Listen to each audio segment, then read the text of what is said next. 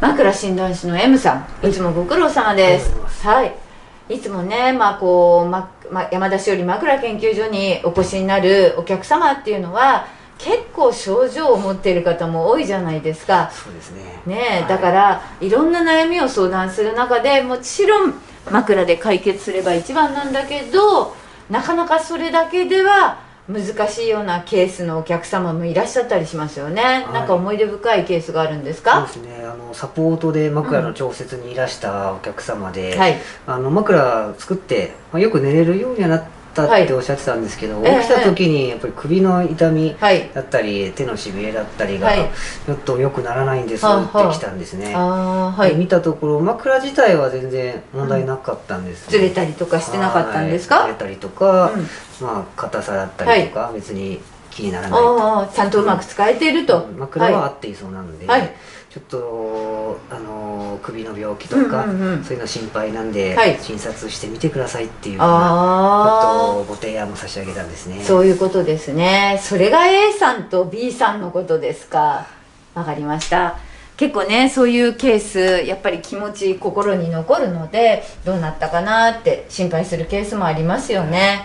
はい、ということで今日はその代表的な患者様 A さん B さんのことを少し詳しく解説していきます。それによって皆さんも私と同じ症状と思う方がいれば、ぜひ整形外科にご相談いただけたらと思います。はい、じゃあ今の A さんと B さんをこのようにマトリックスで整理してみました。はい、結果から言ってしまうと、同じ、この手のしびれ、枕ではちょっと改善しなかった手のしびれっていうのを持っていた2人の枕研究所で言えばお客様、その後16号整形外科に受診したので患者様となるわけですが、2人の患者様がいました。 A さんはね、結論から言うと首が原因の頸椎椎間板ヘルニアだったんです。そして B さんは同じ手がしびれるんだけど、手根管というこの手首のところが原因の手根管症候群という病気だったんです。で、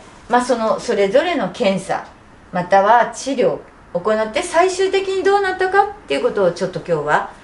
時系列でお話していきたいと思います。 A さんの場合はですね、まず当院に来てもちろん診察をします。ちょっと失礼します。首をこんな風に動かして、手の方にしびれますか？この動きで首から手にビリビリって電気が走りますか？そして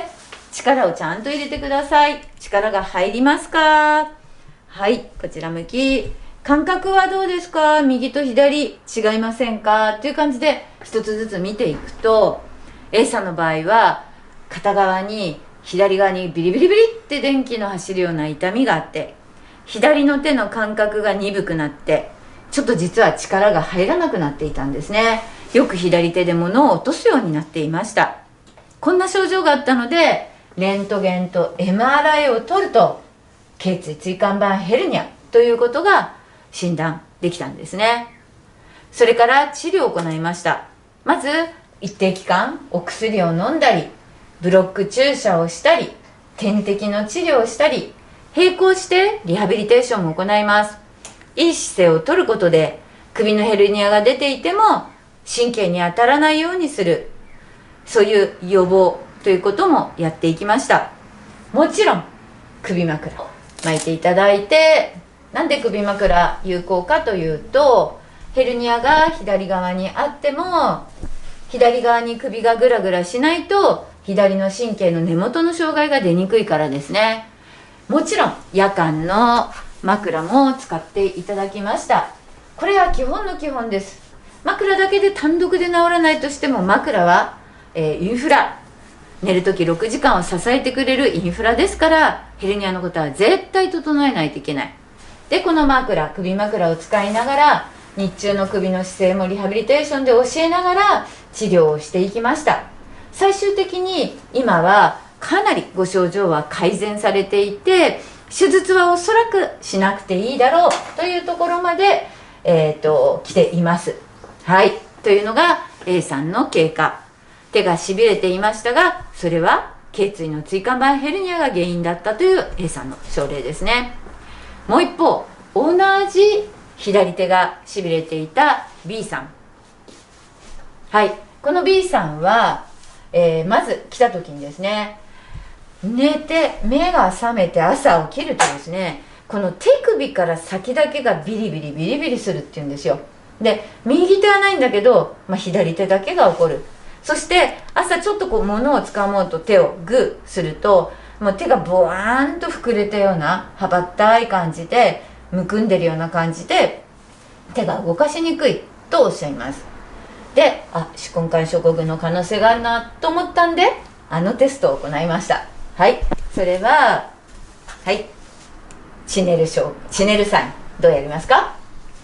こうですね。そうですね。叩くことによって指先に正中神経領域に放散するしびれがあるかどうか、もちろん感覚も見ます。そして、はい、これはファーレンテスト、リバースファーレンテスト。これによって手根管を圧迫することで3本指しびれが起こるかどうかを見ています。前に YouTube で私たち紹介しましたね。はい、このチネルサインやファーレンテスト、リバースファーレンテストを行って全て陽性と出てしまったので、かなり可能性が高いなということで、レントゲン検査、超音波検査、そして当院にはちょっとないんですけど、神経伝導速度っていうのが必要なので、専門の病院をご紹介しました。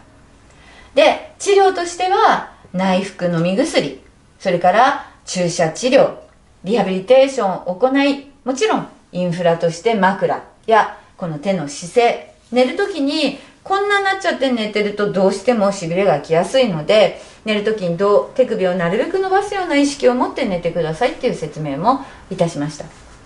で、その専門の病院で、かなり手術をした方が良くなる可能性が高いなと言われながらも、その B さんはちょっと手術は怖いので、もうちょっと手術せずに様子を見たいということで、今経過を見られています。以前よりは少しずつ改善されている様子です。ということで、すごく思い出に残っていたお客様だったそうですね。なので心配してたんで、はい、ちょっと今お話聞けてよかったです。よかったですね。そんな風にですね、枕、インフラとしてもちろん大事なんだけど、枕だけでは良くならない病気というものもあります。その代わりは、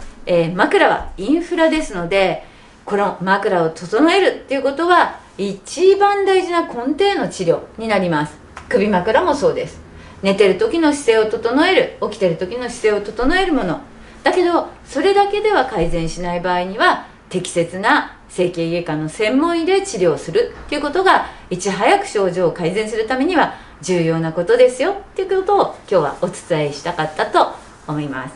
この動画をご覧くださった皆さん、高評価、チャンネル登録お待ちしています。よろしくお願いいたします。